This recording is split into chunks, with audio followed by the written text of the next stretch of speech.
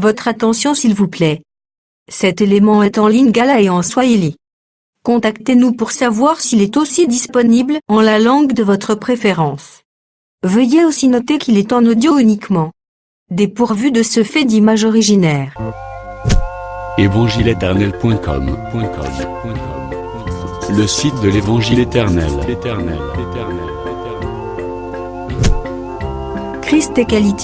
christequality.com Les cieux sont à la portée de votre main, juste par un simple clic de la souris. La rubrique Pasteur et thème vous convie de suivre en ce moment Le bien-aimé de Jésus-Christ et des saints. Le prophète Médard Kala. Ministre de l'Évangile éternel. Infatigable prédicateur. redoutable défenseur de la saine doctrine, Grand débatteur biblique. dénonciateur des faux Christ, des fausses doctrines et des fausses églises, Auteur de plusieurs enseignements. a confié l'Évangile à plusieurs. Une vraie référence généalogique pour beaucoup. Grand missionnaire de l'Évangile éternel partout dans le monde, il est nommé même là où il n'a pas mis pied. Plus de 20 longues années dans le ministère. Suivez-le tous les jours sur évangileéternel.com, le site de l'Évangile éternel. Là, vous y trouverez tous ces enseignements disponibles en texte, en audio et en vidéo, classés et ordonnés. Pour donc retrouver l'ordre de ces enseignements, nous vous conseillons de suivre ces vidéos depuis sa page sur notre site plutôt que sur YouTube. Bonne édification au nom de notre commun Seigneur et Dieu Jésus-Christ. Amen. Amen. Tuzali kucroire ke Nzambe azali mobateli na biso solo Tunamenya kusema Mungu ndio akuya mulinzi wetu wa kweli. libanda na ye mokonzi mosu azali te Inje yake akuko mwingine. oyo asalaka bolamu ezalaka toujours ye moko. Ula afanyaka wema inalapa peke yake. Tozali kucroire ke Nzambe nde azali Nzambe na biyano mpo na biso. Tunamenya kusema Mungu yeye ndio anakuya suluhisho kwetu. Tondimisami ke azali kofungolela biso banzela oyo ya ye. Na tunamenya kusema yeye ndio atufungulia mabarabara yake. Tozwi d'abord texte oyo toza na yango. Tuchukue kwanza hiyo usomi tunakuya nayo. Totangi Exode 23. Tunasoma Kutoka 23. Exode chapitre 23 à partir du verset 14 et 16. Frère Albert a autant. Exode 23, 14 à 17, nous lisons au nom du Seigneur Jésus-Christ. Amen. 3 fois par année, tu célébreras des fêtes à mon honneur. Tu observeras la fête de pain sans levain pendant 7 jours, au temps fixé dans le mois des épis. Tu mangeras de pain sans levain, comme je t'en ai donné l'ordre, car c'est dans ce mois que tu es sorti d'Égypte, et l'on ne se présentera point à vide devant ma face. Tu observeras la fête de la moisson, des prémices de ton travail, de ce que tu auras sémé dans le champ, et la fête de la récolte à la fin de l'année. Quand tu recueilleras des champs les fruits de ton travail, 3 fois par année, tous les mâles se présenteront devant le Seigneur l'Éternel. Tozwi aussi Deutéronome 16 au verset 16. Deutéronome 16, 16. Nous lisons au nom du Seigneur Jésus-Christ. Amen.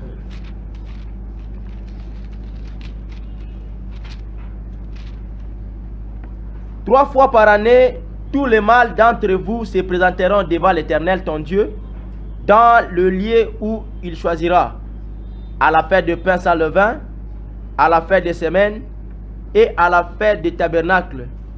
On ne paraîtra point devant l'Éternel les mains vides. Que Dieu bénisse cette lecture. Amen.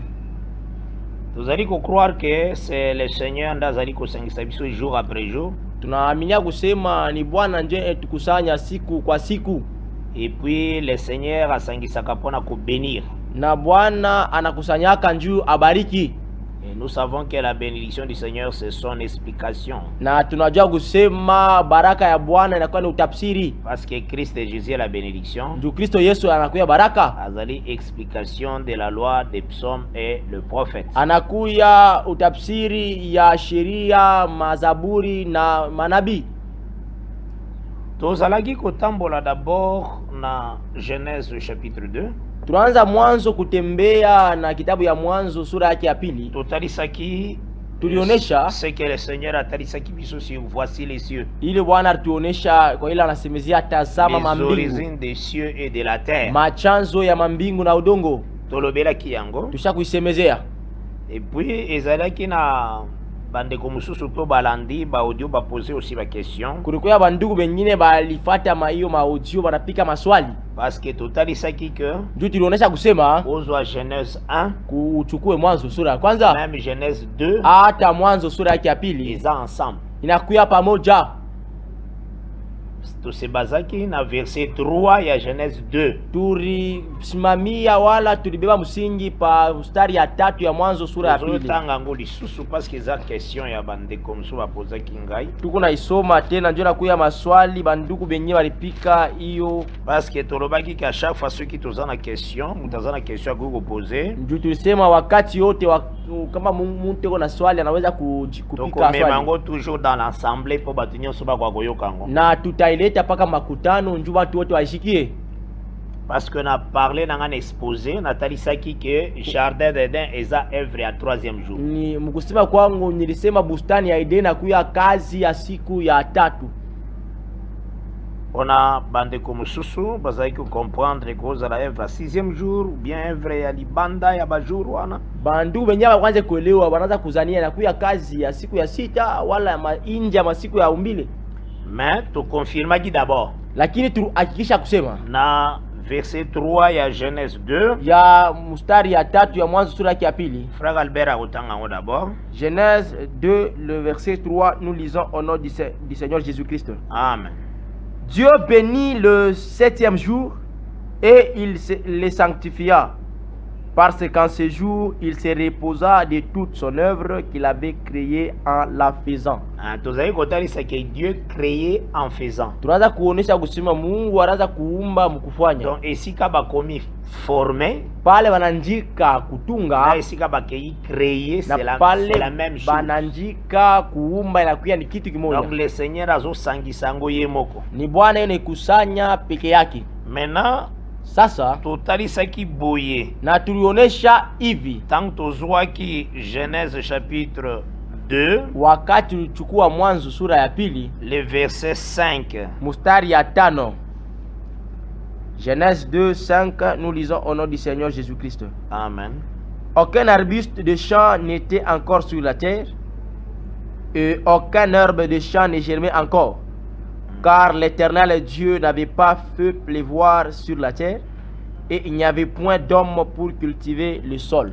Totalisaki texte oyo ezali kolobela sur tulionesha kusema hiyo usomi inaanza kusemezea juu le temps ya matin na 3e jour, wakati ya asubuhi ndani ya siku ya 3. Je pense que tout c'est malamu. Amen.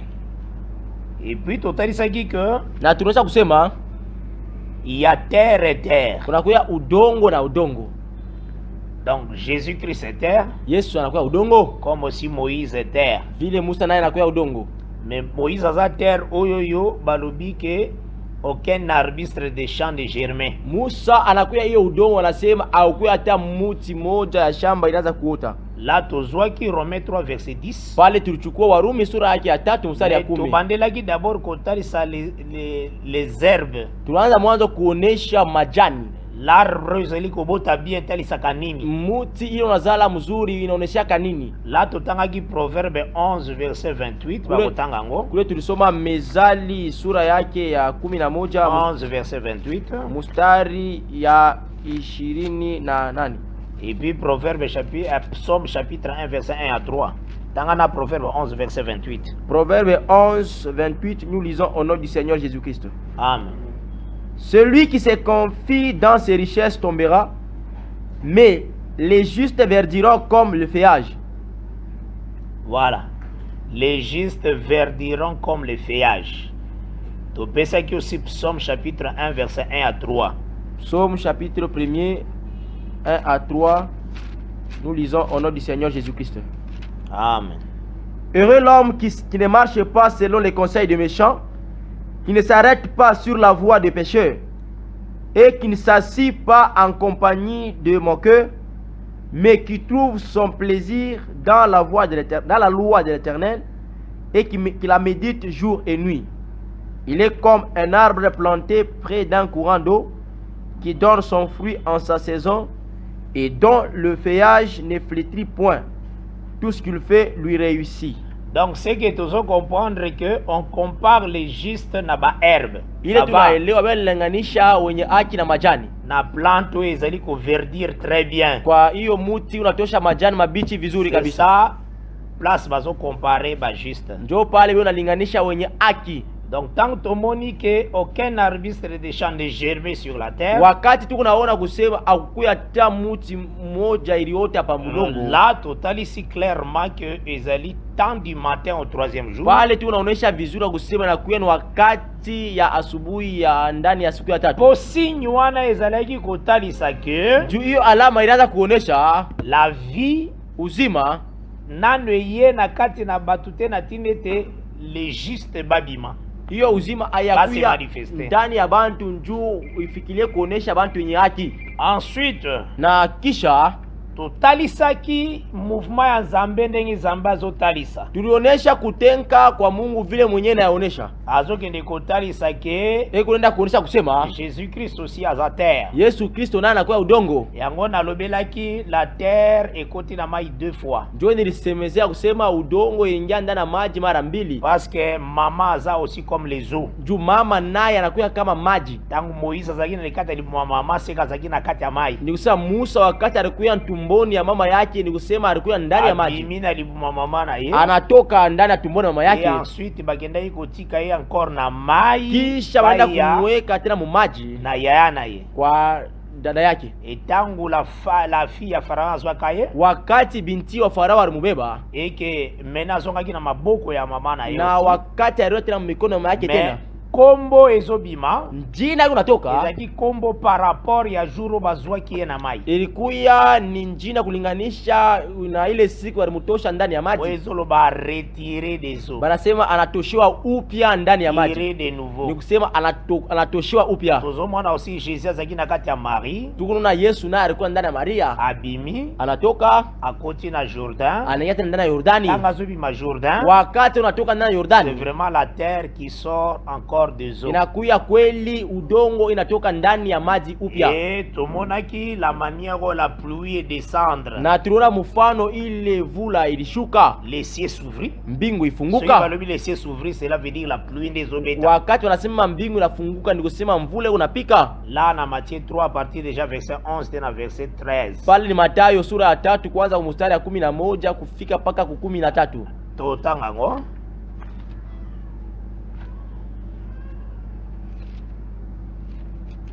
Ces choses font un argument solide. Matthieu chapitre 3, les versets 11 à 13, nous lisons au nom du Seigneur Jésus-Christ. Amen.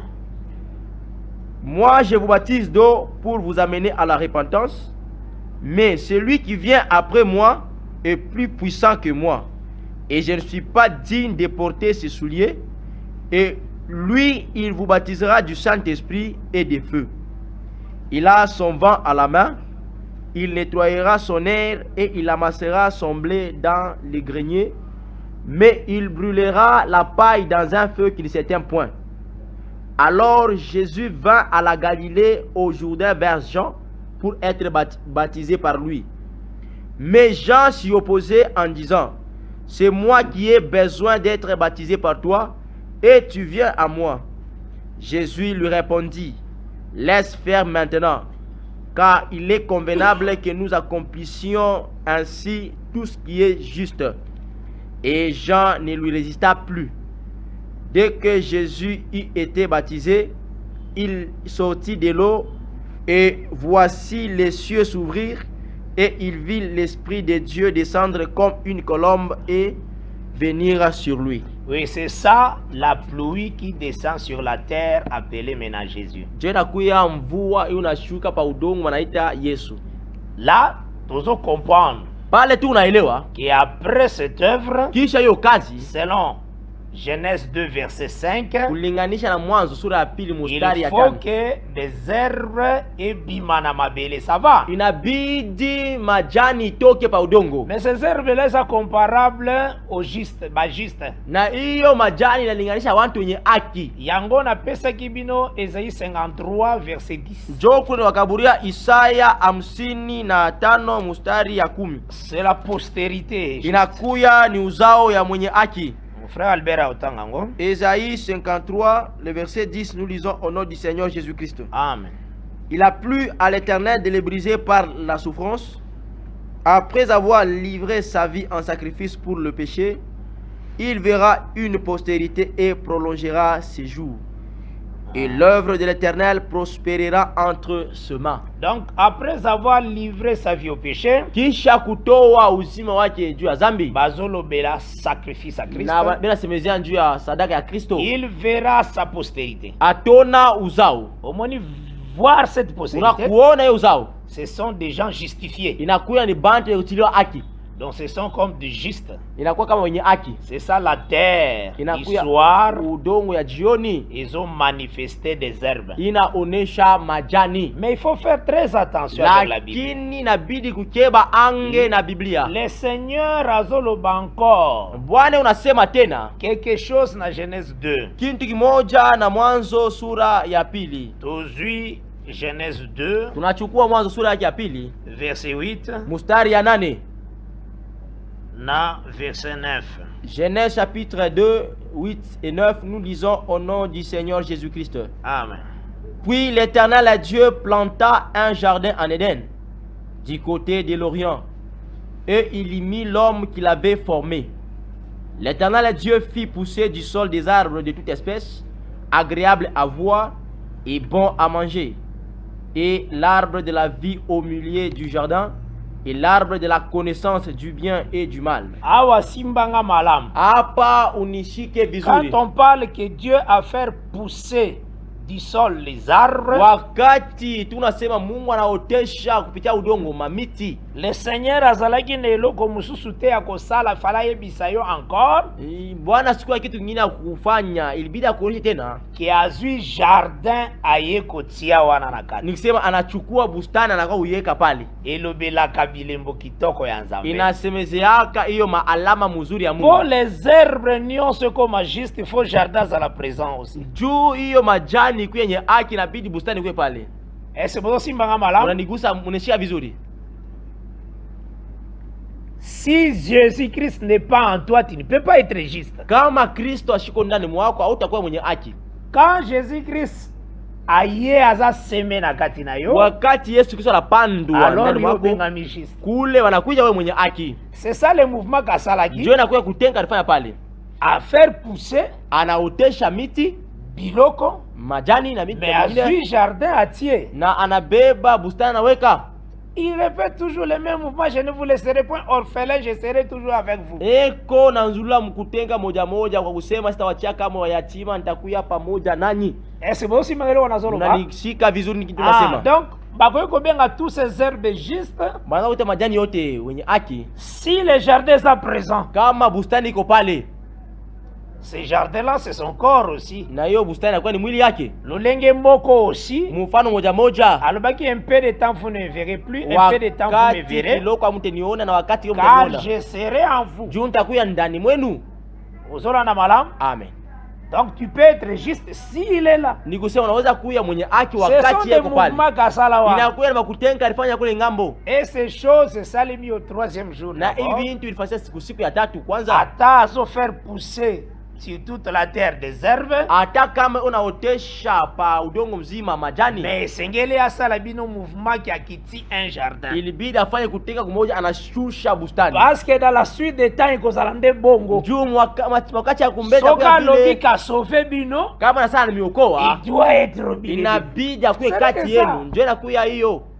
Yo kasa sana lecture in. Unasa- Atosali sayo que je ne vous laisserai point orphelin, je serai toujours avec vous. Eko naonesha kusema Mr. wacha kamwe yatima, lakini nitakuwa pamoja nanyi. Et l'église aussi est son propre corps. Na kanisa nayo inakuya mwili yake. Et si Christ est aussi jardin, Na kama Kristo naye yuko bustani, l'église aussi est le jardin aussi. na kanisa naye inakuya bustani. Ozola na malam. Amen. Donc c'est ça la chose na ninga kotalisa. Njia kwa kitu nilipenda kuonesha. Et ensuite nazokota na kati na likambo tokomaki sur deuxième présentation des hommes dans l'année. Na nafikia sasa pale mambo tunasemezea, tulifikia pa kuonesha kwa pili ya bantu banaume ndani ya mwaka. Donc oyo nazalaki confirmer d'abord que oye bagé le jardin d'Eden salimi au troisième jour. Hii minaanza kuhakikisha kusema bustani ya Edeni iliumbiwa kusiku ya tatu. Donc au soir avant son repos. Kujioni kabla mapumziko yake. Kiasi sa musala nyonso. Kabla aishe kazi yake yote. Parce qu'il faut bagé. Inabidi huyo kusema. Le Seigneur a utilisé aussi troisième jour. Bwana atumiaka na siku ya tatu. Comme tout le temps il y a deux montagnes oye bombi deux alliances.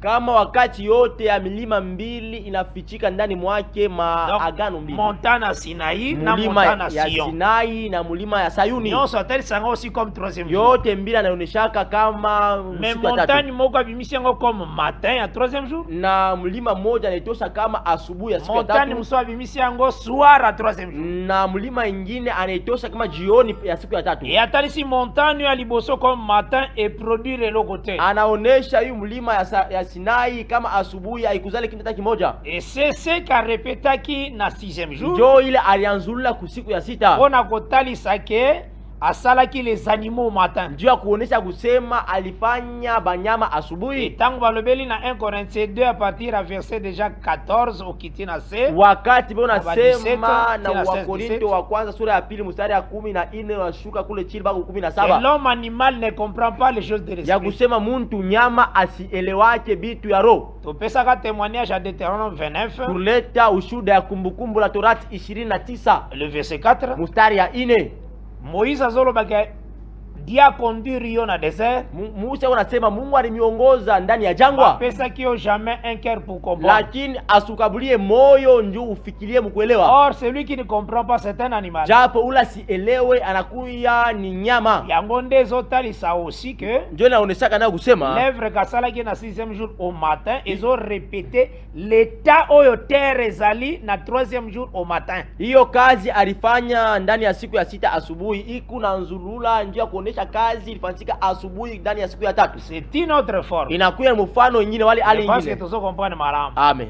Mais après ça, lakini kisha hiyo na 6e jour usasalaki kolala ya Adam na siku ya sita anafanya Adam alale. Mais kuna présenter la terre ya coucher soleil ya soir kule unaonesha hiyo udongo ya jioni et kuna sali par tous les moyens que cette terre est produire des herbes. Kule anafanya mfano nguvu yote ndio ile udongo ijaze majani. Donc na 3e jour ndani ya siku ya tatu. Mais awa na ngambo awa wana 6e jour. Ngambo ya siku ya sita asali lolenge ke Adam lali nda manifester Eve. Anafanya hiyo kutenga kusema Adam donc, alale kisha aoneshe. Le Seigneur a travaillé Eve. Nisa Bwana atumika awa. Yeba ke présence à Eve. Sasa utuia na 3e jour. Ce sont des herbes et botaniques. Siku ya tatu inakuwa ni majani na ota. Parce que des herbes sont comme la postérité. Njoo hiyo majani kama uzao. Sont comme les justes. Inakuwa wenye haki. Yango moni oyo Adam cherche. Njoo ule Adam anaotafuta. Na kata banyama mona gite. Ndani ya banyama sikupata mmoja. Temps ya matin. Inakuwa kama wakati ya asubuhi. Metanga tali Eve. Lakini wakati anaona awa. Akokani na ngai. Sasa huyu ananifanana. Cela veut dire je suis juste. Bango pe baza juste. Unasema kuya mwenye haki naye anakuwa nabo anakuwa mwenye haki. Qu'est-ce qui fait que boza la juste? Nini nafanya mkwe mwenye haki? Bino ba oyo nzamba zo comparer comme des herbes. Mweye bale Bwana unalinganisha kama majani. C'est la descente du jardin d'Eden. Inakuya ni kushuka ya bustani. Je serai toujours au milieu du vous. Takuya wakati yote na mweye. Ozola na malam. Amen. Là c'est le trône de Dieu.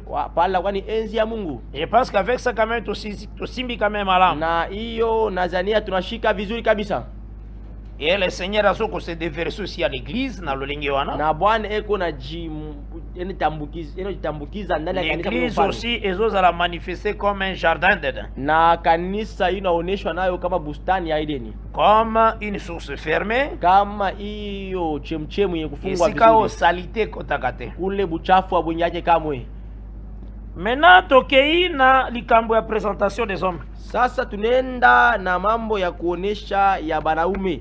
Et tozoyeba ke le Seigneur ndazo kamba biso. Na tunajua kusema Bwana ndio atuongoza. nazosenga surtout ces choses. Niuna lomba kusa ibitu Zala na souci ya koyebisa ngo les autres. kuya na shaka ya kuambia watu wengine. Parce que le Seigneur apesaka les dons pour l'utilité commune. Bwana aletaka zawadi njuu ya kuitumikia kwa wingi kwa wote. Si Dieu te donne la parole, Kama wakaburia neno, amoni déjà batu mususu bazali affamé. eko nona bantu wengine mbali beko na Na njaa. pesi yo parole pour komisela ngo bango. Eko na wakaburia neno njuu bafikishie. Donc il faut ça na souci ya oyo zozwa opesaka aussi les autres. Inabidi kuwe na shaka ile unapokea wanzo kabula nabo Pe bengine. obengaka aussi les autres. Na waze kualika wengine. Okobana ko remarquer tant tozotambola. Utaanza kuelewa wakati tukunatembea. Okomwana ke bate ebele bazoko se distraire na bamatea. Utaona bahubiri mimi najilengamisha mahubiri. Okosentir ke bate ebele baza poser te na kata matea. Utaona wahubiri wengine bana wenye kushikamishwa ndani ya mahubiri. Mais yo par la grâce de Dieu, Na wewe kupitia neema ya Mungu, le Seigneur azali kopesa yo ce qu'il faut. Bwana akukaburia hiyo unahitaji. Totalisaki boye. Tulionesha hivi Tant tobandaki 3 présentations des hommes. wakati tulianza kuonesha kwa watu mara 3. Na texte totangaki na Exode chapitre 23, Muyo andiko tulisoma ya Kutoka 23 verset 14 à 17. 14 kufika paka kumustari ya Le Seigneur 17. a sali mention ya fête ya pain sans levain. Bwana anafanya hiyo, anapiga mkazo pa karamu ya mkate bila chacho. Wezaka na premier mois ya année. Inagalaka mu mwezi ya kwanza ya mwaka. Asali mention ya fête ya moisson. Kisha anataya tena karamu ya mavuno. Nelobeli mususu wabenga ngo fête de semaine. Mukusema kwenyewe wasemaka karamu ya mawiki. Ibengami aussi fête ya Pentecôte. Banaitaka nayo karamu ya Pentecosta. Ezalaka na été. Inalaka mujioto.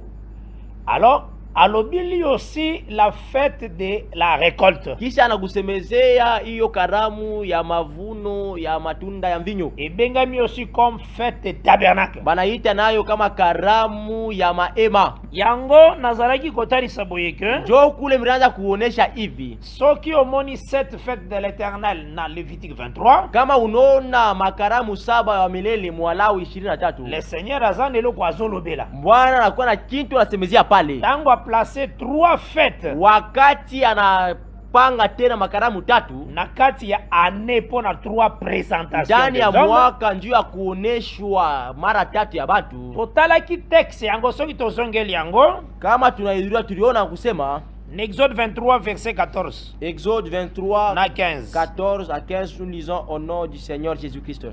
Amen. 3 fois par année, tu célébreras des fêtes à mon honneur. Tu observeras la fête de pain sans levain pendant 7 jours, Bola na malam. au temps fixé dans le mois des épis. Oui. Tu mangeras de pain sans levain comme je t'en ai donné l'ordre.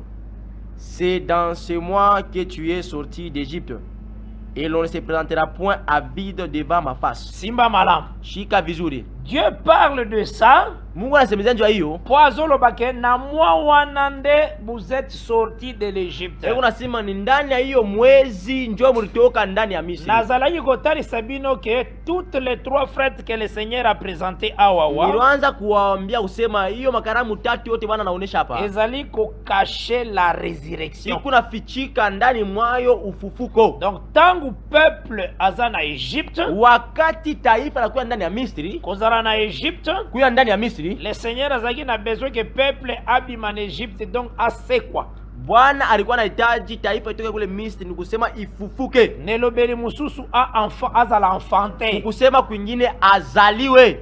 Ozora na malam. Amen. Et le Seigneur a benga comme mon premier-né. Na Bwana anamuita kama muzaliwa wangu wa kwanza. Donc le Seigneur a anilaki ba date de naissance na bango nyonso. Musa Bwana alizimisha hiyo matarehe yao ya kuzaliwa. Na Exode 12 Mukutoka à 12 partir de verset 3. kwanza kumustari ya 3 Alobi ce mois-ci sera pour vous. anasema hiyo mwezi itakuwa hii mwezi kwenu Le premier des mois de l'année. ya kwanza ya miezi ya mwaka. Donc c'est une naissance. Ni kusema inakuwa ni kuzaliwa. Cette naissance c'est la résurrection. Na hiyo kuzaliwa inakuwa ni ufufuko. Ozola na malam. Unafuata Parce mzuri. que babimi en Égypte. Tunatoka ndani ya Misri. Bazokende vers l'Éternel. Tunaenda kule kukutana wa milele.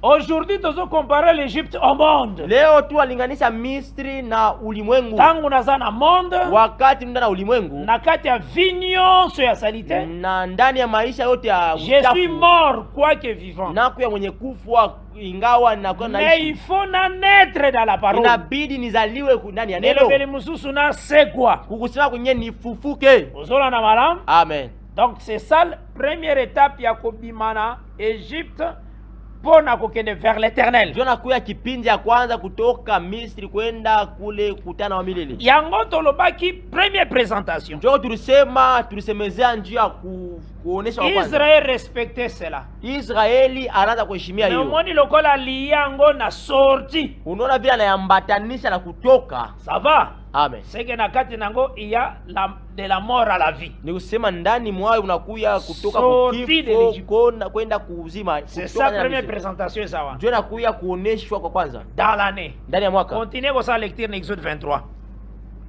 Le verset 16. Tu observeras la fête de la moisson des prémices de ton Wana travail. liboso ezaki verset 15. Kwanza ilikuwa ni mstari ya 15 Ya Exode 23. ya kutoka 23.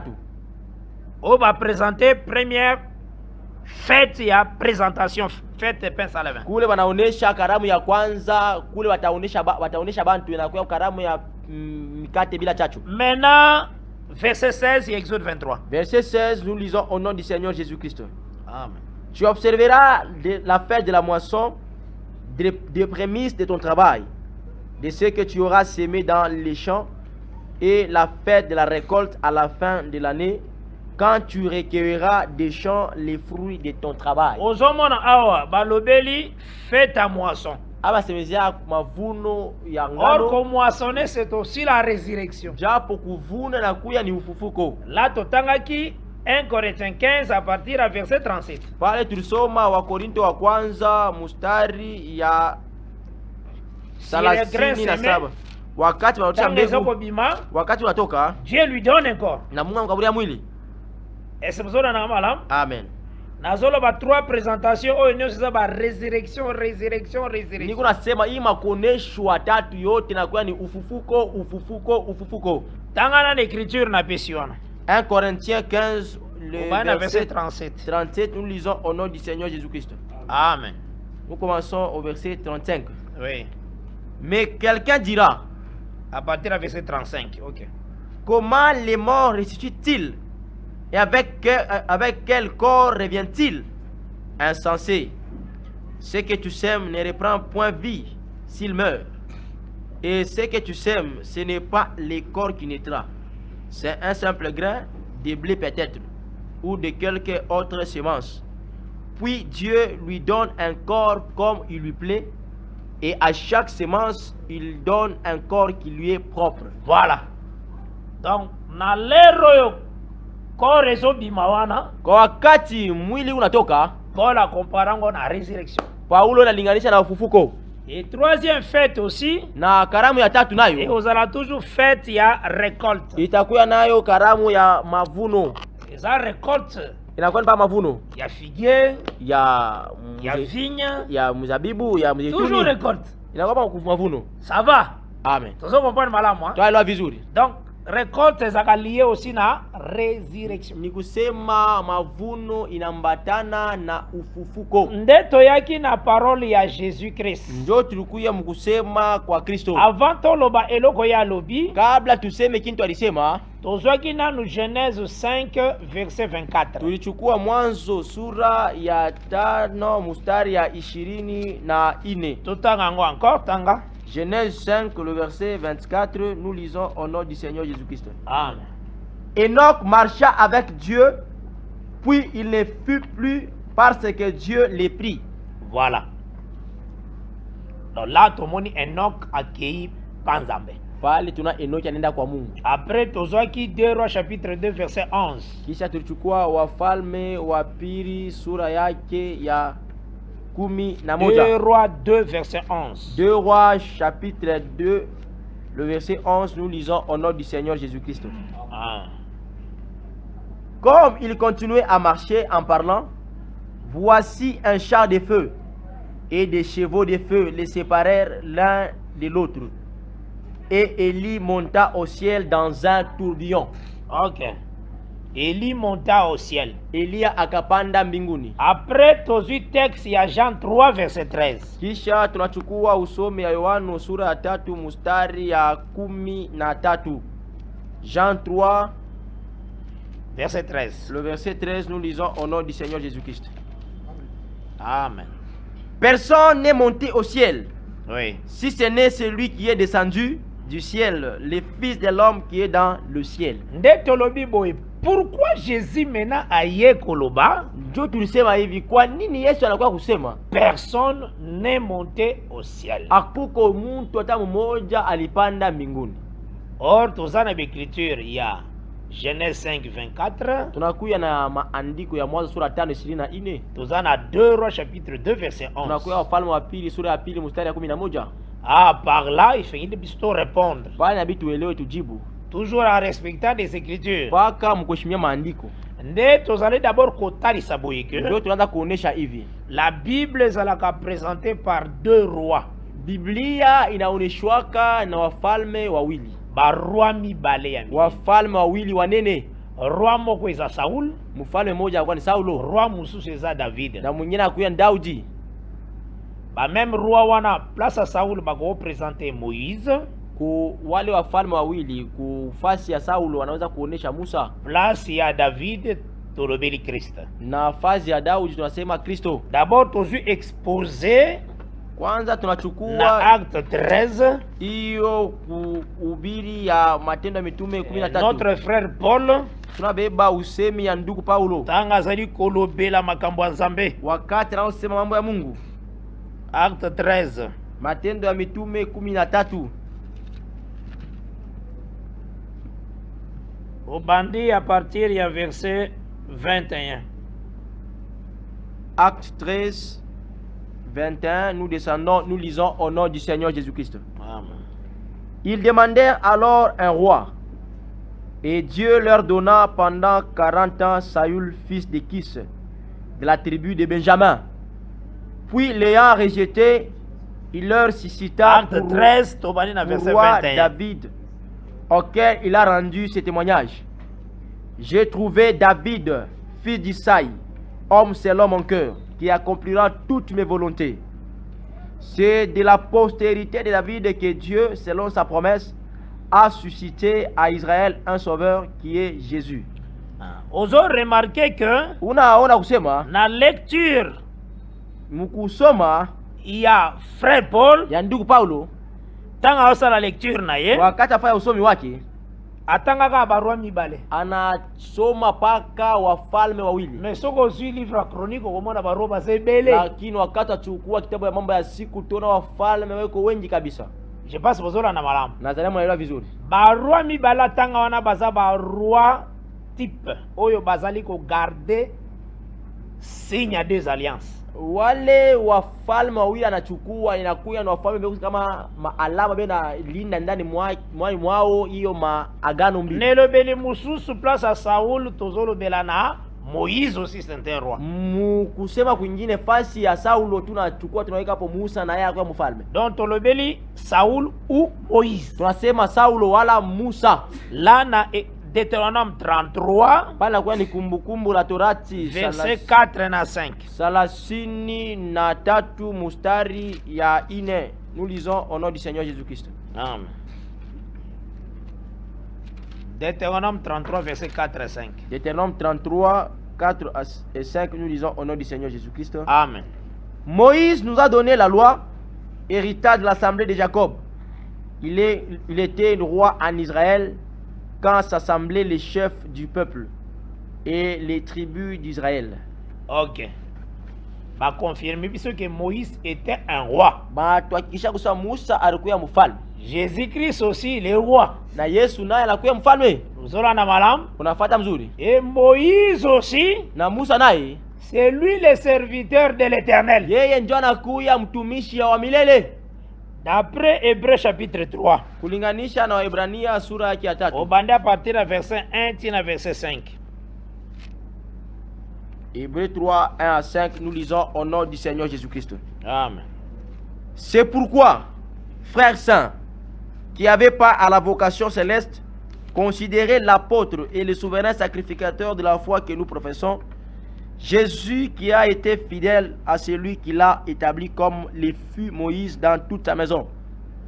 Car il a été jugé digne d'une gloire d'autant supérieure à celle de Moïse, que celui qui a construit une maison a plus d'honneur que la maison même. Chaque maison est construite par quelqu'un, mais celui qui a construit toute chose, c'est Dieu. C'est pour Moïse, il a été fidèle dans toute la maison de Dieu, comme serviteur pour rendre témoignage de ce qui devait être annoncé. Continuez, verset 6. Mais Christ l'est comme fils sur sa maison, et sa maison c'est nous, pourvu que nous retenions jusqu'à la fin la ferme confiance et l'espérance dont nous nous glorifions. Donc, en réalité, la Bible a deux grandes maisons d'abord. Maison ya liboso, c'est Moïse qui est serviteur. Chumba ya kwanza ni Musa anakuya mtumishi. Maison ya mibale, c'est Christ et Jésus. Na chumba pili inakuya ni Yesu pekee.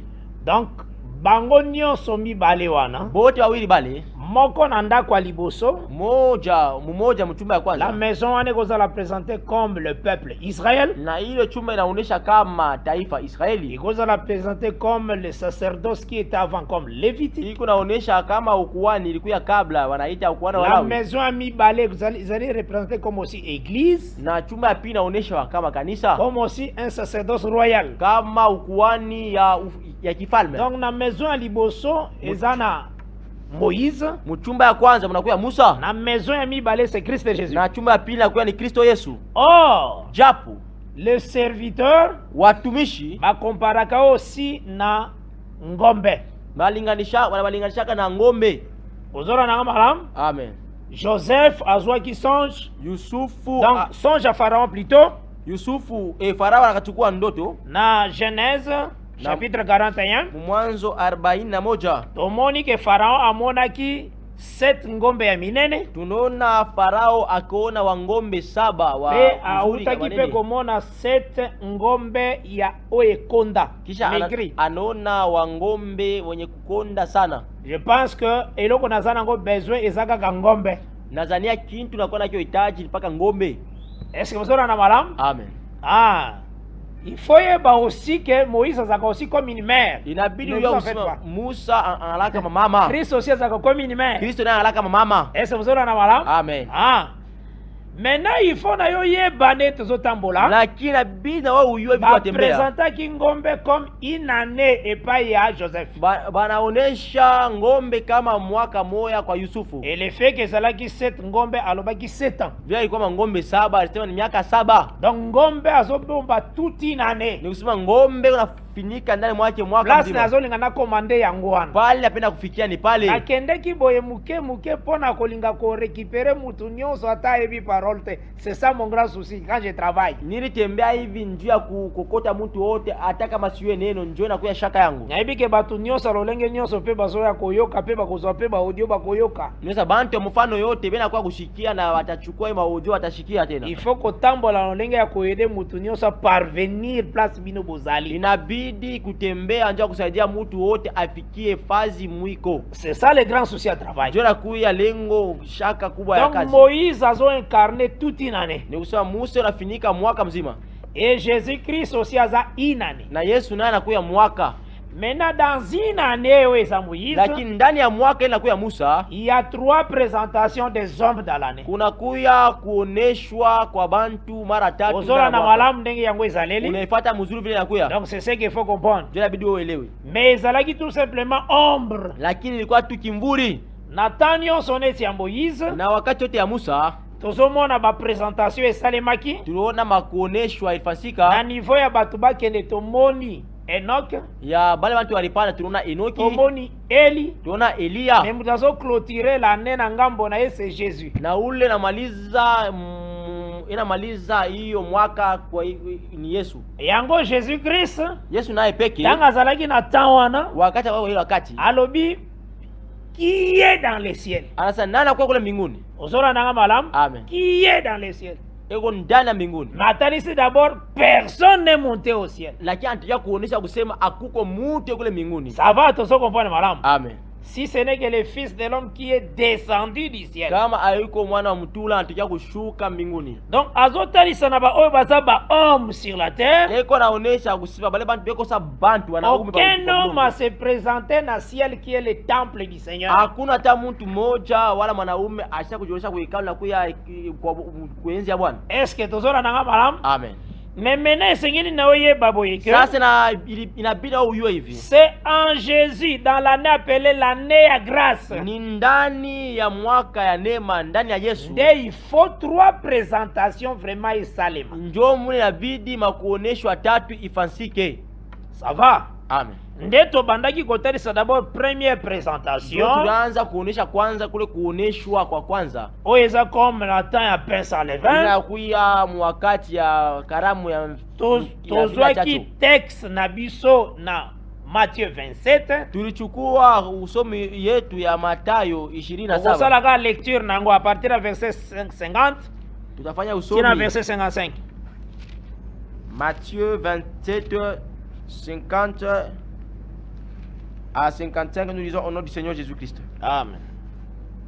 Jésus poussa de nouveau un grand cri et rendit l'esprit.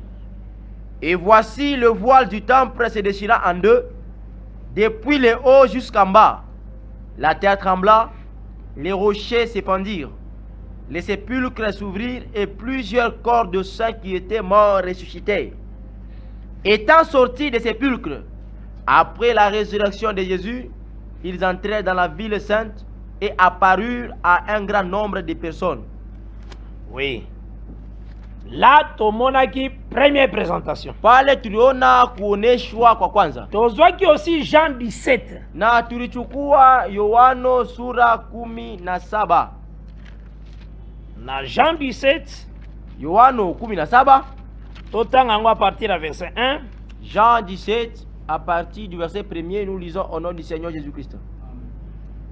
Après avoir ainsi parlé, Jésus leva les yeux au ciel et dit: Père, l'heure est venue, glorifie ton Fils, afin que ton Fils te glorifie, selon que tu lui as donné le pouvoir sur toute chair, afin qu'il accorde la vie éternelle à tous ceux que tu lui as donnés. Or, la vie éternelle, c'est qu'ils te connaissent, toi, le seul vrai Dieu, et celui que tu as envoyé, Jésus-Christ. Je t'ai glorifié sur la terre, j'ai achevé l'œuvre que tu m'as donné à faire. Nazali ko insister tanga zoloba j'ai achevé l'œuvre que tu m'as donné à faire. Neno pika mkazo wakati anasema nilitimiza kazi ulinitua nifanye. Là azokota azoloba la prophétie. Pale nasemezea munabii Parce que ako achevé yango juste après sa résurrection. atamaliza wakati tafufuka. Ozora na malam. Amen. La prière wasalaki awawa. Hiyo malombi alifanya hapa. Ezali en réalité la prière oyo azosala quand il est à la droite du Père. Inakuya kwa ukweli ili malombi unafanya wakati eko mkono ya kume ya Mungu. C'est bon aussi mama malam? Amen. Ah. Parce que déjà zoloba l'achèvement œuvre. Hapa nasema kutimilika kwa kazi. Continuez. Verset 5 maintenant. Et maintenant toi, Père, glorifie-moi auprès de toi-même de la gloire que j'avais auprès de toi avant que le monde fût. J'ai fait connaître ton nom aux hommes que tu m'as donnés du milieu du monde. Ils étaient à toi et tu me les as donnés. Ils ont gardé ta parole. Et maintenant ils ont connu que tout ce que tu m'as donné vient de toi. Car je leur ai donné les paroles que tu m'as données et ils les ont reçues. Et ils ont vraiment connu que je suis sorti de toi. Et ils ont cru que tu m'as envoyé. C'est pour eux que j'ai pris. Je ne prie pas pour le monde, mais pour ceux que tu m'as donnés, parce qu'ils sont à toi. Et tout ce qui est à moi est à toi. Et ce qui est à toi est à moi. Et je suis glorifié en eux. Je ne suis plus dans le monde, et ils sont je ne suis plus dans le monde, et ils sont dans le monde, et je vais à toi. Ozola na malam nenga zoloba. Il faut comprendre que Jésus c'est un prophète. Et c'est aussi mama malam. Amen. Père Saint, garde en ton nom tous. Je recommence le verset 11. Je ne suis plus dans le monde, et ils sont dans le monde, et je vais à toi. Père Saint, garde en ton nom ce que tu m'as donné, afin qu'ils soient comme nous. Lorsque j'étais avec eux dans le monde, je les gardais en ton nom. J'ai gardé ce que tu m'as donné, et aucun d'eux ne s'est perdu, sinon les fils de la perdition, afin que l'écriture fût accomplie. Et maintenant je vais à toi, et j'ai dit ces choses dans le monde, afin qu'ils aient en eux ma joie parfaite. Donc, on peut comprendre que ici, le Seigneur a aussi l'œuvre du sang qui parle. Hapa Yesu anafanya kazi ya damu unasema. Car quand on tuait l'agneau, bien les boucs expiatoires, wakati wanaanza kuua mwana kondoo wala ule mbuzi mwanaume wa dans Lévitique 16, Mwalawi 16, le souverain sacrificateur a commémoré le sang au-delà du voile. Ile mkuani mkuu anapeleka damu kule ndani ya pazia. Dans lieu très saint, na sanctuaire. Fazi takatifu sana. Voici la 7 fois l'aspersion. Kula akamimie mara 7 sur le propitiatoire. Juu ya kifiniko. Et ceux qui oye na Nombre chapitre 7 verset 89. Na wakati unakuya mu Hesabu sura yake ya 7. Nombre 7 verset 89. Pour comprendre un peu la prière de Jésus dans Jean 17. Dieu elewe vizuri malombi ya Yesu ya Yohana sura 7. Nombre 7 89, nous lisons au nom du Seigneur Jésus-Christ. Amen. Lorsque Moïse entrait dans la tente d'assignation pour parler avec l'Éternel, il entendait la voix qui lui parlait du haut du propitiatoire placé sur l'arche du témoignage, entre les deux chérubins, et il parlait avec l'Éternel. Donc c'est que la voix sortait dans le sang. C'est du haut du propitiatoire, il y avait le sang. Mais une voix sortait, c'était arrêté, la voix toujours de l'Éternel. Donc Moïse entendait la voix au Israël dans le sang. Donc le sang parlait. Donc le parler du sang, on a ce chant Jean 17. Christ est assis à la droite du Père et il intercède pour nous. Je pense que tu vas saisir quand même là. Donc tu continues Jean 17. Et là, Jean 17, et ce que tu m'as donné,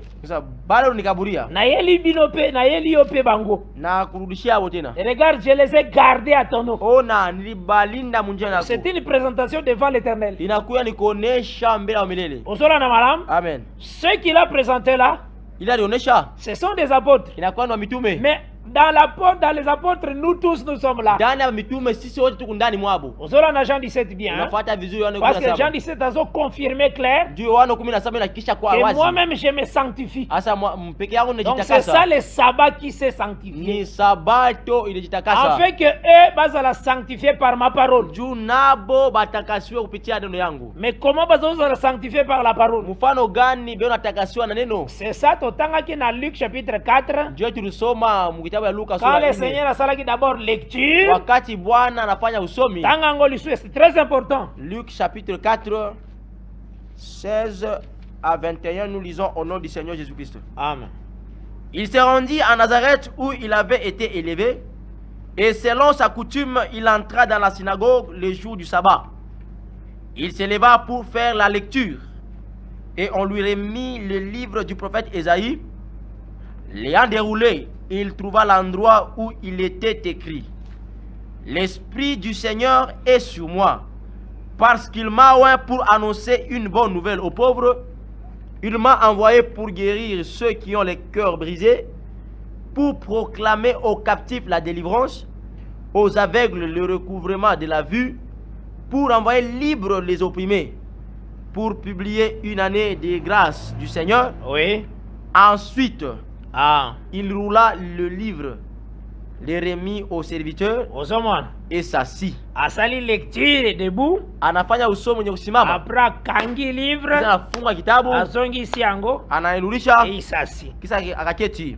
Il faut yebageza tanyo sa ministère na eti l'œuvre de la croix. Inabidi ujue na kuya ni wakati yote ya C'est huduma wake ça. mpaka za msalaba. Sa lecture nyoso wana. Hiyo kusoma Il kule. n'a pas expliqué. Il Asikutafsiri. s'assoit. Anekala. Ça va? Amen. Tanga za kofanda. Wakati wikala. Ndaloba aujourd'hui. Ndio nasema leo. C'est un autre temps, faut keba na Bible. Inakuwa na wakati nyingine inabidi Keba keba na ange Bible na makasi. Biblia. L'aujourd'hui wana c'est le sabbat. Hiyo leo inakuwa ni sabato. Il est assis en repos. Anaketi na mapumziko. Alors aujourd'hui, Anasema leo. ce que vous venez d'entendre, Hiyo unatokea kusikia. c'est accompli. Inatimilika. Ce que vous venez d'entendre quand j'étais debout, Ile unatokea kusikia wakati niko c'est simama. accompli quand je me suis assis. Inatimilika wakati mlisha kuketi.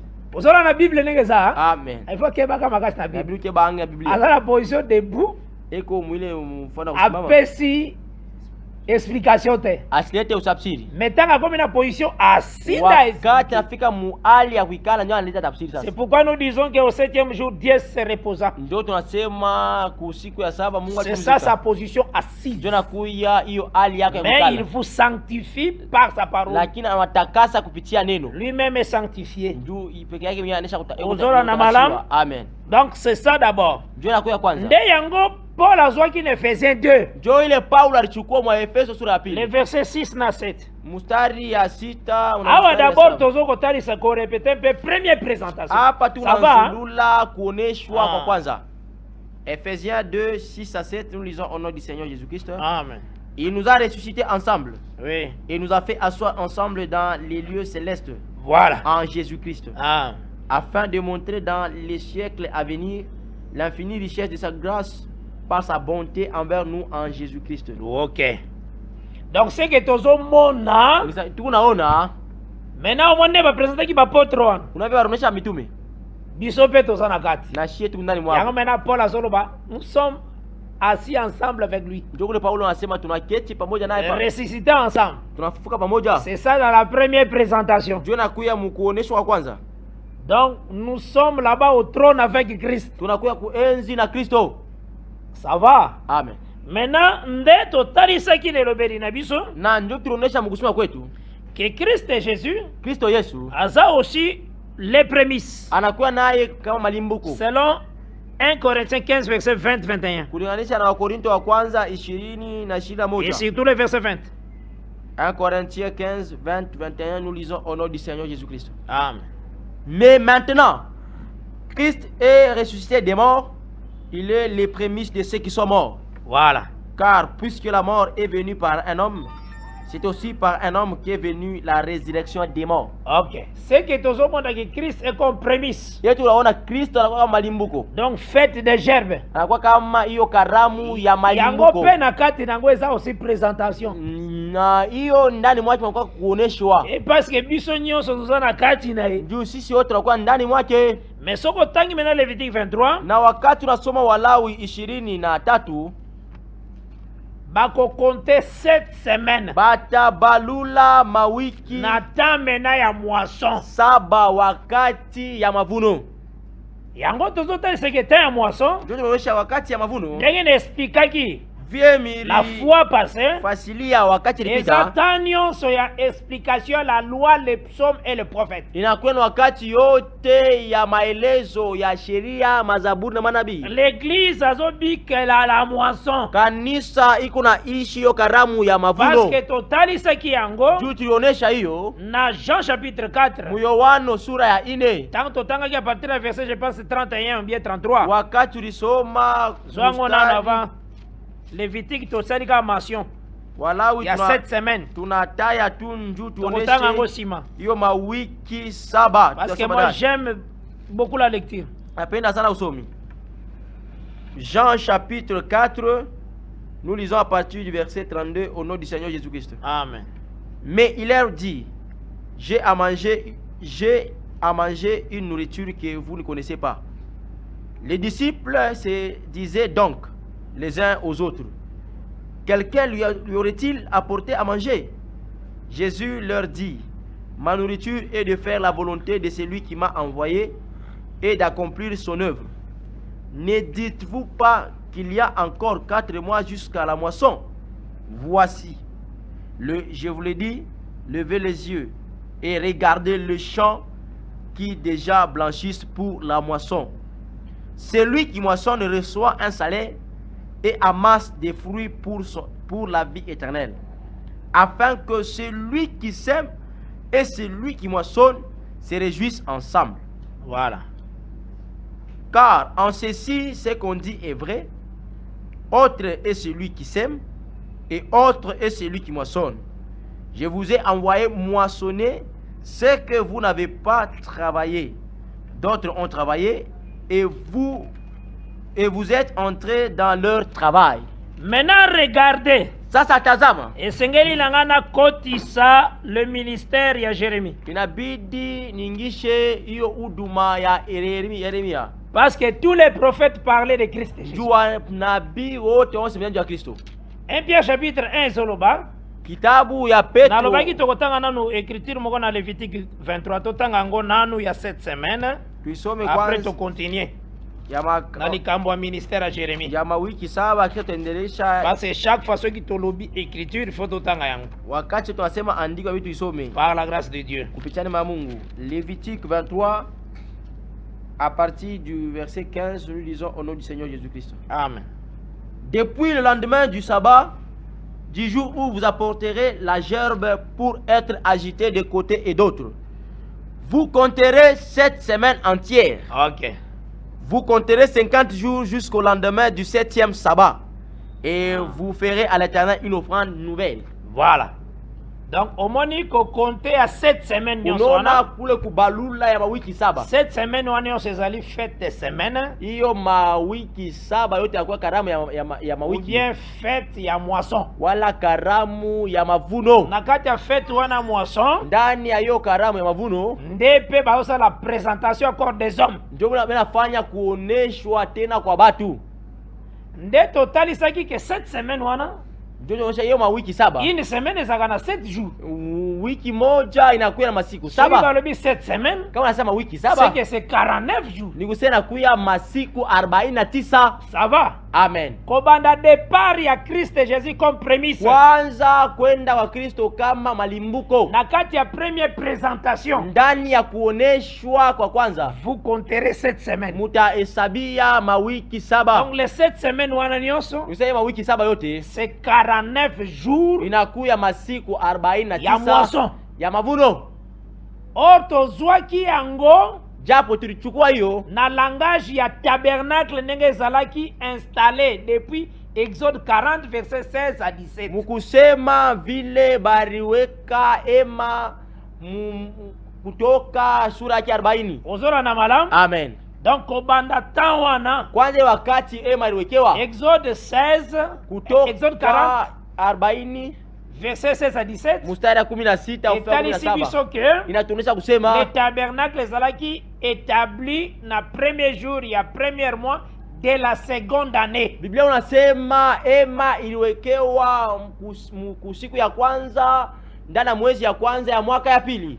Et puis toyei kozwa Nombre chapitre 10. Na tulikuwa kuchukua Hesabu sura yake ya 10. Le verset 11 tina verset 13. Ya 11 kufika 13. Elobeli biso inatuambia kusema na premier départ ya tabernacle. Ya kwenda kwa kwanza ya ema. Balobi wanasema que tabernacle zalaki démonté le 20e jour. Ema ilifunguliwa kwa siku ya 20 ya second mois ya mwezi ya pili de la seconde année ya mwaka ya pili. Donc kobande tiama ki na premier jour ya premier mois. Kwanza vile liwekewa ku siku ya kwanza ya mwezi ya kwanza. Na lobaki très bien ti na 20e jour. Nilisema vizuri kufika pala ku siku ya 20 ya mwezi ya pili. Ezaneti na 50e jour. Inakuwa kama siku ya 50. Nde ezui départ. Ndio kule natoka inaenda. Donc efanda ki bo ezalaki établi pendant 49 jours. Nikusema ilikala pa udongo kadiri ya masiku 49. Yango nde ezali kosala elembo 7 semaines. Ndio inaanza kuonesha picha ya mawiki saba. Pourquoi ezalaka bongo? Juu ya nini nakuya vile? Yango moni le Seigneur alobeli na 7 églises d'Asie. Ndio kuluna Bwana anasemezea makanisa 7 ya Asia. Na Apocalypse 2 na Apocalypse 3. Ufunuo sura ya kwanza na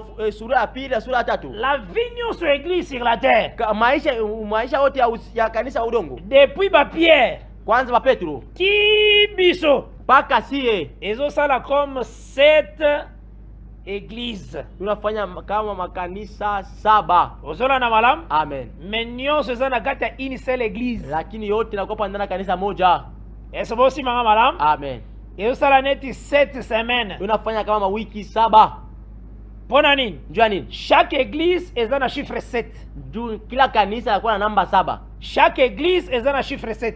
Kila kanisa inakuwa na namba 7. Donc cela veut dire dans chaque église il y a une troupe de vainqueurs. Ni kusema ndani ya kanisa, kila kanisa banakuya hiyo kikundi ya bashindaji. Donc ba oyo balongi épreuve ezalaki na tango na bango. Ni kusema bale balishinda hiyo majaribu ilikuwa wakati yao. Yango ko remarquer? Ndio utaona que Moïse akutanaki na 7 filles de Jethro. Utaona Musa alikutana na binti 7 ya Jethro. Tango moni na kati na banga bali Sephora. Wakati unaona kati yao wanaoa Sephora. Sephora zo présenter 7 troupes de vainqueurs nyos. Nous sema les 7 filles nyos bazana kati ya Jethro. Ya na kati ya Sephora. Sasa wale binti wote 7 wanakuwa na Sephora. Ozola na malam? Amen. Omoni soko tangi église à Philadelphie. Wakati unaona unasoma église à Laodicée. Ya Laodikia. Utengi église Éphèse. Ya kanisa Efeso. Ya Sardes. Ya Sardes. Ya Thyatire. Ya Thyatire. Utangi yango nyonso na Pergame. Unasoma yote ya Pergame. Na suka nango nyonso à celui qui vaincra.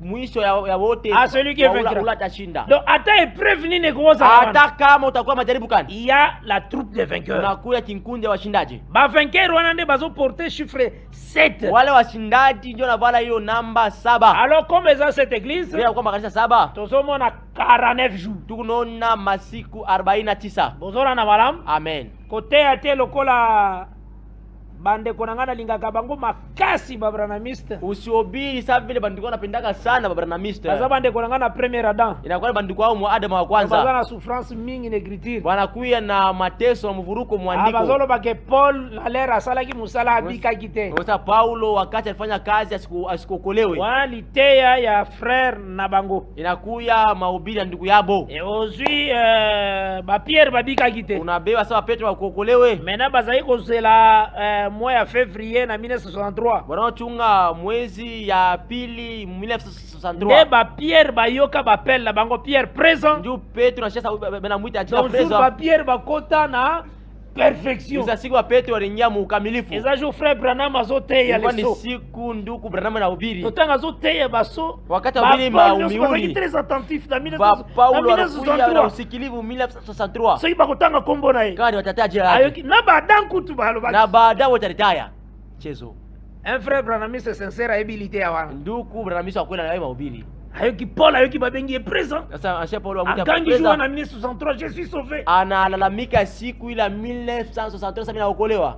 Ça c'est vraiment prêcher vraiment la sottise. Bali kuhubiri uchafu nkosa. C'est vraiment la sottise. Kuhubiri uchafu nkosa kabisa. Et c'est pourquoi un enfant de Dieu yoka somo ya ba ange te. Ndio kule mtoto wa Mungu asiyake boka ba ange baza ba serviteur. Ba malaika wale watumishi. Yo za mwasi ya mokonzi. Woko bibi wa mfalme. Kwa msuru basambela kanzambela kisanga ange la kisanga tala prière mutu. Mwenyewe mwa kisanga ange la mwana yata nanda. Uyoneshe malaika nyuma ta. Parce que mutu mususu ka mori ange le directement à l'église. Alors pas d'église azalaki. À l'église.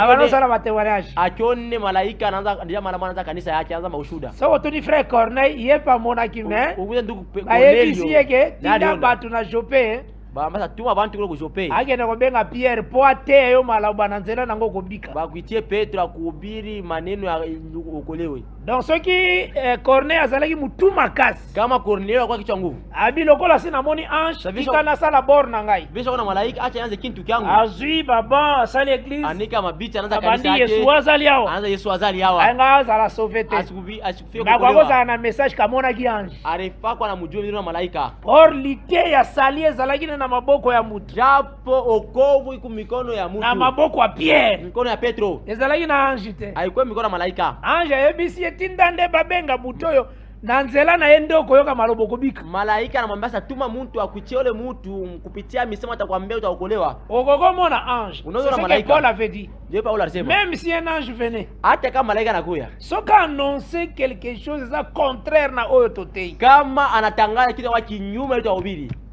Kiswa na alainiwe. Oui. Osola na malam? Amen. C'est ça la foi des saints. Jona kuya imani ya watakatifu. Il faut faire très attention. Inabidi ukeba ange. Tangu otali dans la Bible. Wakati unaangalia na Biblia. Ukomona ke tangu David abongisaki ba instrument ba ustensile ba instrument pona Salomo atonga le temple. Wakati Daudi alitayarisha hiyo mavyombo ile mazina ndio Sulemani ajenge hekalu. Na 1 Chronique chapitre 22 verset 4. Wafalme wa mambo ya siku wa kwanza sura ya 22. Abongisaki aussi ba instrument ya rien à faire. Alitayarisha hiyo mavyombo ya dhahabu na vyuma. Na ba clou. Simba ba porte bien. Alitayarisha hiyo vyuma bintu ya shaba na ya vyuma njuu vitadie misumari. Ozola na malam. Amen. Mais Salomo yemo kwa lobi azo expliquer ba clou wana. Na Sulemani pekee ena fasiria misumari. Clou de fer et de rein. Ye misumari ya shaba na ya vyuma. Alobi les paroles de juste. Asema misemo ya wenye haki. Ozola na malam. Amen. Eza comme des aiguillons. Inakuwa kama hiyo misumari. Rassemblés dans un recueil. Yenye kusanishwa ndani ya. Est-ce que ça rassemble maintenant dans un recueil? Kaba ne changa vile. Parole ba juste wana. Misemo ya wenye haki. Donc grâce à ça qu'il kolo ya Jérémie, ya Daniel, kwa juu ya Yeremia, Daniel, ya Habakuki, ya Salomo, ya Sulemani, ya bango nyonso ya wale wote bali.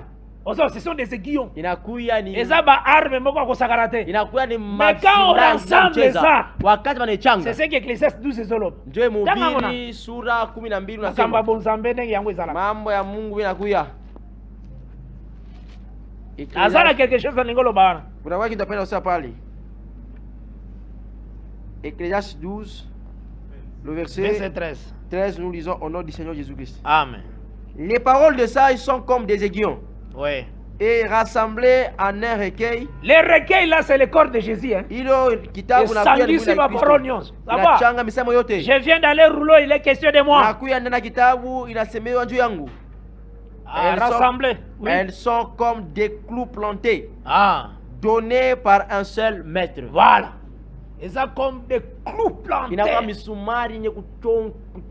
Yango ba ebisaki Jérémie. Yeremia. Un front comme mire de rein, comme mire de fer. Akuwe na usula kama hiyo kibumbazi ya shaba. Il faut la constance. Inabidi kule kubakia ndani ya neno. Amen. Pona ko garder bien la porte. Njoo kulinda vizuri mlango. Il faut être constant. Inabidi kuye mwenye kushikamishwa. Et c'est ce que Jérémie 1:18 ba yebisaki Njoo Yeremia sura ya kwanza mstari ya 18 balimwambia. Tanga ngona. Okomona mutazo memona mi papa mapama memotei. Uramuta bibwa mpepo bule lakini mubiri. Jérémie chapitre 1er le verset 18 nous lisons au nom du Seigneur Jésus-Christ. Amen. Voici je t'établis en séjour sur tout le pays comme une ville forte. Oui. Une colonne de fer. Et voilà. Un muraille de rein. Voilà. C'est ça. Un mur de rein. Contre les rois de Juda. Contre ses chefs. Contre ses sacrificateurs. Oui. Et contre le peuple du pays. Voilà. Atié comme un mur de rein. Amwa kama ukuta ya shaba. Ozola na malam. Amen. Yango pasakotani c'est qu'il faut être très constant. Quand il y a la vérité, et là comment tu bouger cette vérité. C'est ça le fer et le rein. Le Seigneur se donne la dureté. Constance est là qu'on est fan. Ndenge de Timothée de l'Obagapatra verset 20-22. Néanmoins les solides fondements de Dieu restent debout. Avec ces paroles qui lui servent de sceau. Amen. Un fils du royaume sera très constant. Parole, il faut témoigner sa parole. Chaque étape église. Bazana chiffre 7. Perfection. Ephésiens ezana 7. Waefeso wanakuwa na 7. Smyrna ezana 7. Smyrna inakuwa na 7. Pergame ezana 7. Pergame inakuwa na 7. Sardes ezana 7. Sardo inakuwa na 7. Thyatira ezana 7. Thyatira inakuwa na 7. Philadelphia ezana 7. Philadelphia inakuwa na 7. Laodicée ezana 7. Laodicée inakuwa na 7. Ozola na malam? Amen. D'ailleurs, tous les messages étaient écrits dans un livre. Japo hiyo mijumbe yote inaandikwa kitabu kimoja. Je me suis côté un peu à police 2 na 3. C'était dans un livre. Et tu envoies les livres dans cette église. Alituma kitabu makanisa 7. Cela veut dire nikusema Église Éphèse. Kanisa ya Efeso. Ezo ki ba lettre nyonso église nyonso. Ilipokea hiyo mabarua makanisa yote. Parce que c'était dans un livre. On a envoyé les livres dans les 7 églises. Wanatuma kitabu ndani makanisa 7. C'est comme ça l'écriture est. Jo inakuya vile andiko inakuya. Uzona na malam? Amen. Est-ce que tu comprends malam? Unaelewa mzuri? Yango nde nazo kende ko toucher les 49 jours ya moisson. Jo wenda kugusa masiku 49 ya mavuno. Donc étape nyonso en église ezo atteindre la perfection. Nusuma kipindi yote ya kanisa iko na fikiria kukamilifu. C'est ça les 49 jours. Jo inakuya masiku 49. Ya tabernacle. Ya ema. Na Nombre chapitre 10 verset 11 à 13. Ya Hesabu sura 10 mstari ya 11 mpaka 13. Ina sangise kama Exode 40 verset 16 na Kutoka 40 mstari ya 19 mpaka 17. Est-ce que vous comprenez quand même malam? Amen. Quand 50e jour ya tabernacle kokoma tabernacle feza la démonter kende. Wakati siku ya msinta karibia inabidi bafungule ema na ema yende. Wana en réalité c'est l'été. Pale wakwenda kwa ni joto. Parce que moisson ezo kende jusqu'à l'été. Juma vuno nenda kufika ku joto. Nde maintenant nazo toucher un peu ministère ya Jérémie. Joko nagusa huduma ya Yeremia. Totangi Jérémie chapitre 1 verset 10. Tunasoma kwanza Yeremia sura ya kwanza mstari ya 10. Jérémie chapitre 1 le verset 10, nous lisons au nom du Seigneur Jésus-Christ. Amen. Regarde, je t'établis aujourd'hui sur les nations et sur les royaumes pour que tu arraches et que tu abattes, pour que tu ruines et que tu détruises, pour que tu bâtisses et que tu plantes. Ça va. Jérémie avait un ministère. Yeremia alikuwa na huduma. Oh, le Seigneur a pesa kia. Ile Bwana alimkaburia. Ilaki ya kuarracher. Ilikuwa ya kutukunya l'arbre, muti, et puis ya kuplanter. Kisha na kupanda. Izalaki ya kuabattre. Ilikuwa ya kuangusha, pe ya kuconstruire. Kisha na kujenga. Ososi manga malam. Unagusa vizuri. Maintenant Jérémie devait arracher quoi? Sasa Yeremia ilibidi atukunye nini? Et où? Nafasi kani? Tozokena na Psaume 80 au verset 9. Tukunenda na mkitabu ya Zaburi 80 mstari ya 9. Psaume 80 le verset 9, nous lisons au nom du Seigneur Jésus-Christ. Amen. Tu avais arraché de l'Égypte une vigne. Tu as chassé des nations et tu l'as plantée. Donc le Seigneur Misa Bwana ataki loyembo na kati ya moyembi na psalmiste. Areka nyimbo ndani ya mwimbaji. Le psalmiste ba psaume zaka ba prophétie. Ma zaburi na lani maunabii. Amoni la manière que le Seigneur a bimisaki Israël en Égypte. Eko na mfano vile Bwana alitosha Israeli kule Misri. Alobi le Seigneur a bimisaki en Égypte un arbre. Anasema milele alitosha kule Misri muti moja hivi. Atamboli na arbre na yewana. Anatema ile muti yake ile. Ayena angona kana. Anakuwa kule kukanana. Il chassa les nations. Akafukuza mataifa. Après il a planté son arbre. Kisha anapanda muti yake. A planté l'arbre na terre de promesse oya pesa ki Abraham. Anaotesha muti mumbulongo ya ahadi ila alimpatia Ibrahimu. Mais cet arbre là, lakini hiyo muti appelé Israël, inaitwa Israeli. Esaïe 5 ndio zote determiné yango. Ni Isaya sura 5 njoo inaonyesha vizuri. À partir du verset 1. Esaïe 5 1, nous descendons, nous lisons au nom du Seigneur Jésus-Christ. Amen. Je chanterai à mon bien-aimé le cantique de mon bien-aimé sur sa vigne. Mon bien-aimé avait une vigne sur un coteau fertile. Il a remué le sol, ôta les pierres et y mit un plant délicieux. Il bâtit une tour au milieu d'elle et il y creusa aussi une cuve. Puis il espéra qu'elle produirait des bons raisins. Mais elle n'en a produit des mauvais. Maintenant donc, habitants de Jérusalem et hommes de Juda, soyez juges entre moi et ma vigne. Qu'y a-t-il encore à faire à ma vigne? que je n'ai pas fait pour elle? Pourquoi quand j'ai espéré qu'elle produirait des bons raisins, en a-t-elle produit de mauvais?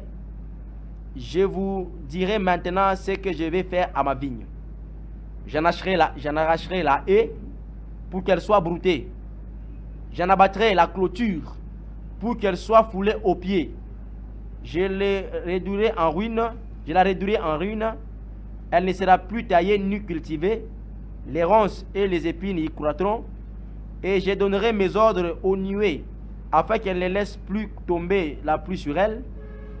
La vigne de l'Éternel des armées, c'est la maison d'Israël. Ok, bah c'est déjà explication. Et les hommes de Juda, c'est le plan qu'ils chérissaient. Ah, l'écriture est à Biso. Andi wa tuonesha la vigne là, c'est Israël.